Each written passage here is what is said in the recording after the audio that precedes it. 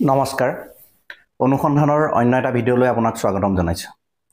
আজিৰ ভিডিঅ'টো মই সেইসকল ছাত্ৰ ছাত্ৰীৰ বাবে প্ৰস্তুত কৰিছোঁ যিসকলে বৰ্তমান হাইস্কুল শিক্ষান্ত পৰীক্ষা বা উচ্চতৰ মাধ্যমিক পৰীক্ষাত উত্তীৰ্ণ হৈ ITI পাঠ্যক্ৰম গ্ৰহণ কৰিম বুলি ভাবি আছে। তেখেতসকলৰ বাবে মই ভিডিঅ'টো প্ৰস্তুত কৰিছোঁ কিয়নো ছাত্ৰ ছাত্ৰীসকলৰ মনত উদয় হৈ থকা কেইটামান প্ৰশ্ন মই তেওঁলোকৰ জ্ঞাতাৰ্থে অৱগত কৰিবৰ বাবে ভিডিঅ'টো প্ৰস্তুত কৰিছোঁ। আমি জানো সাম্প্ৰতিক সময়ত আমাৰ সাধাৰণ শিক্ষাৰে শিক্ষিত হৈ আমি সকলোৱে সংস্থাপন পোৱাটো সম্ভৱ নহয়। তাৰ বাবে আমাক বৃত্তিমুখী পাঠ্যক্ৰমৰ অতিকে প্ৰয়োজন। ITI শিক্ষাৰ জৰিয়তে আমি কাৰিকৰী শিক্ষা গ্ৰহণ কৰি কেৱল চাকৰিমুখী নহয়, আমি নিজাকেও কিবা কৰি ব্যৱসায় বাণিজ্য কৰি বা বিভিন্ন ধৰণৰ ক্ষুদ্ৰ উদ্যোগ প্ৰতিষ্ঠা কৰি আমি নিজে সংস্থাপিত হোৱাৰ লগতে আনকো সংস্থাপিত কৰিব পাৰোঁ। তাৰ বাবে সকলো ছাত্ৰ ছাত্ৰীয়ে কাৰিকৰী শিক্ষা গ্ৰহণ কৰিবলৈ আগবাঢ়ি নাহে।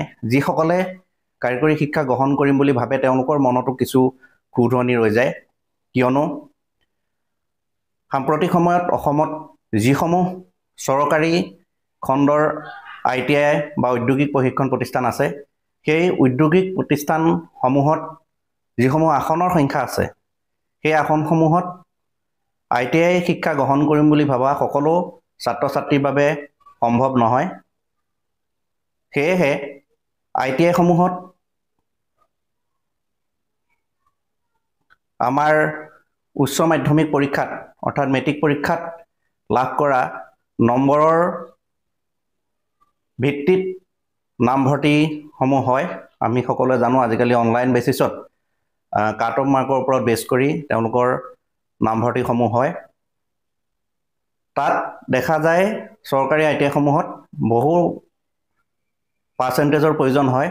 সেয়েহে আমাৰ অতি কম পাৰ্চেণ্টেজৰ যিসকল ছাত্ৰ ছাত্ৰী তেওঁলোকে হয়তো ভাবি লয় যে আমি ITIত এইটো পাৰ্চেণ্টেজত আমি নামভৰ্তি কৰিব নোৱাৰিম। সেয়েহে তেওঁলোকে কোনোবা জুনিয়ৰ কলেজ নাইবা উচ্চতৰ মাধ্যমিক পৰ্যায়ৰ যিবিলাক হায়াৰ ছেকেণ্ডেৰী আছে, হায়াৰ ছেকেণ্ডেৰীবিলাকত নামভৰ্তি কৰি লয়।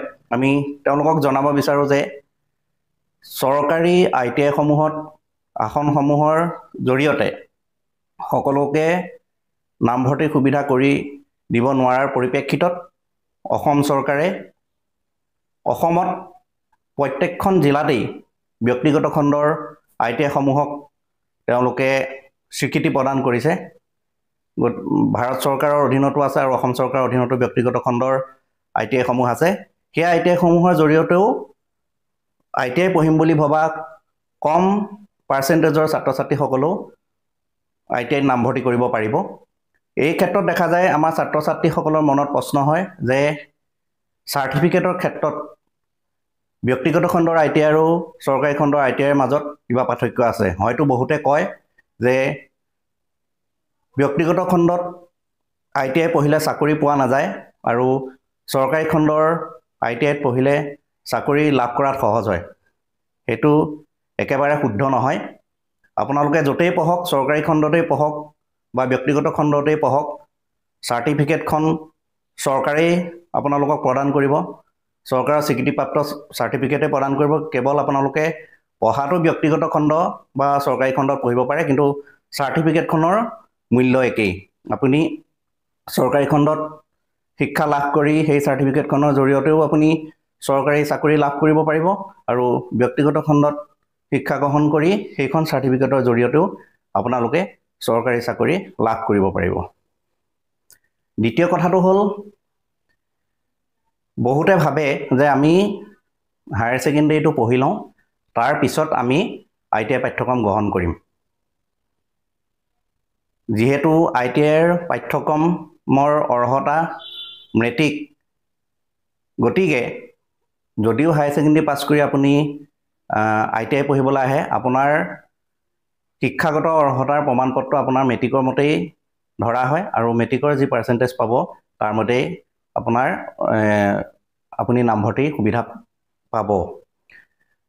যদি আপুনি ITI পাঠ্যক্ৰম কৰাৰ আগ্ৰহ আপোনাৰ আছে, আমি কওঁ আপুনি উচ্চতৰ মাধ্যমিক পাঠ্যক্ৰম গ্ৰহণ কৰাৰ আগতেই যদি ITI পাঠ্যক্ৰম গ্ৰহণ কৰে তেতিয়াহ'লে চাকৰিৰ ক্ষেত্ৰত আপোনাৰ সুবিধা হ'ব, কিয়নো আপুনি মেট্ৰিক পাছ কৰাৰ পিছত যদি দুবছৰীয়া ITI পাঠ্যক্ৰম কৰে, দুবছৰৰ অন্তত আপুনি ITI চাৰ্টিফিকেটখন লাভ কৰিব আৰু সেই চাৰ্টিফিকেটখনৰ জৰিয়তে আপুনি বিভিন্ন চাকৰিত এপ্লাই কৰিব পাৰিব।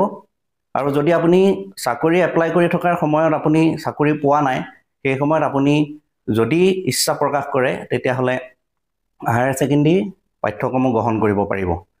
কিন্তু বৰ্তমান সময়ত এই হায়াৰ ছেকেণ্ডেৰী পাঠ্যক্ৰমৰ ক্ষেত্ৰত অসম চৰকাৰে এটি সুবিধা প্ৰদান কৰিছে ছাত্ৰ ছাত্ৰীসকলৰ বাবে। যিসকল ছাত্ৰ ছাত্ৰীয়ে মেট্ৰিক পাছ কৰি দুবছৰীয়া ITI পাঠ্যক্ৰম গ্ৰহণ কৰিব, তেওঁলোকে একে সময়তে হায়াৰ ছেকেণ্ডেৰী চাৰ্টিফিকেটো লাভ কৰিব।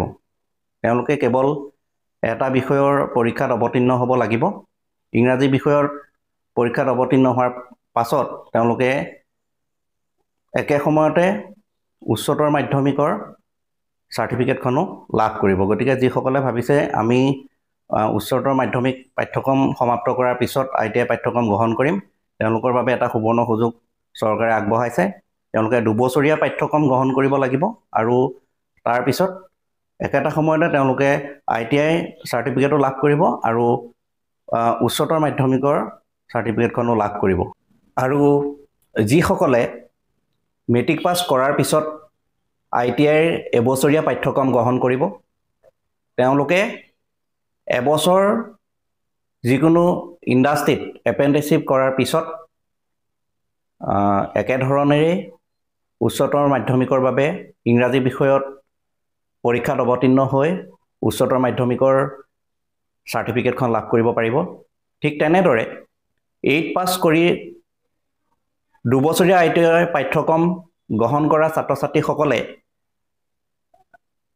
ইংৰাজী আৰু অসমীয়া বিষয়ৰ পৰীক্ষাত অৱতীৰ্ণ হৈ তেওঁলোকে মেট্ৰিকৰ চাৰ্টিফিকেটখন লাভ কৰিব পাৰিব। অৰ্থাৎ দুবছৰীয়া ITI পাঠ্যক্ৰম গ্ৰহণ কৰি ITI পাঠ্যক্ৰমৰ চাৰ্টিফিকেটখন লাভ কৰিব আৰু তেওঁলোকে অসমীয়া আৰু ইংৰাজী বিষয়ৰ পৰীক্ষাত অৱতীৰ্ণ হৈ তেওঁলোকে মেট্ৰিকৰ চাৰ্টিফিকেটখনো লাভ কৰিব পাৰিব। আৰু 8 পাছ কৰি যিসকল ছাত্ৰ ছাত্ৰীয়ে এবছৰীয়া পাঠ্যক্ৰম গ্ৰহণ কৰে, তেওঁলোকে এবছৰ যিকোনো উদ্যোগ ক্ষেত্ৰত এপ্ৰেণ্টিছশ্বিপ কৰাৰ পিছত একেধৰণেৰে ইংৰাজী আৰু অসমীয়া বিষয়ত পৰীক্ষাত অৱতীৰ্ণ হৈ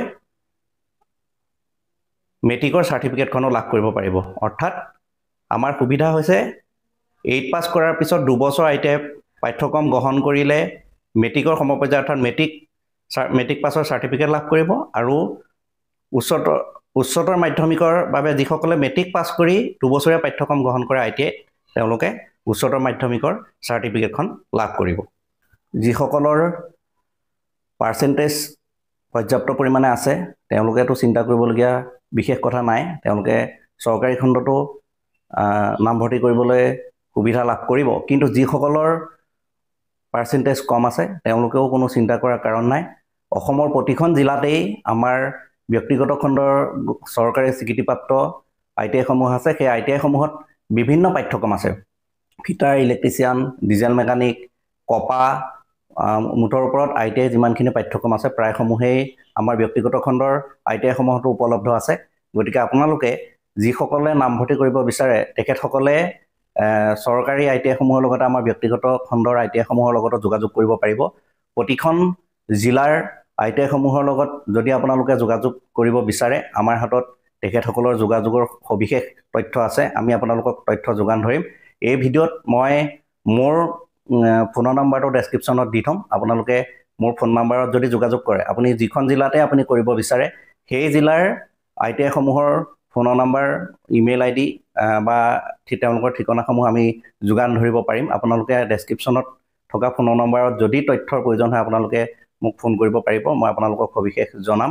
আৰু বৰ্তমান যিহেতু এডমিশ্যনৰ প্ৰক্ৰিয়াসমূহ আৰম্ভ কৰিছে আপোনালোকে অতি সোনকালেই তেওঁলোকৰ লগত যোগাযোগ কৰিব পাৰিব সবিশেষ জানিবৰ বাবে আপোনালোকে ফোনৰ নাম্বাৰত ফোন কৰিব আৰু যদি কিবা তথ্য জানিব বিচাৰে মই ইয়াত যিখিনি কৈছোঁ তাৰ ওপৰতো যদি আপোনালোকে কিবা জানিব বিচাৰে আমাৰ ডেছক্ৰিপশ্যনত ফোনৰ নাম্বাৰটো দিয়া থাকিবই আপোনালোকে ফোন কৰিব মই আপোনালোকক সবিশেষ জনোৱাৰ চেষ্টা কৰিম ধন্যবাদ আপোনালোকক ITI পাঠ্যক্ৰমৰ সম্পৰ্কত কিছু তথ্য মই দিয়াৰ চেষ্টা কৰিছোঁ এনেধৰণে ইতিবাচক বাৰ্তা দিবৰ বাবে আপোনালোকৰ মাজলৈ মই পুনৰ ভিডিঅ' লৈ অহাৰ প্ৰয়াস কৰিম তাৰ বাবে চাই থাকিব অনুসন্ধান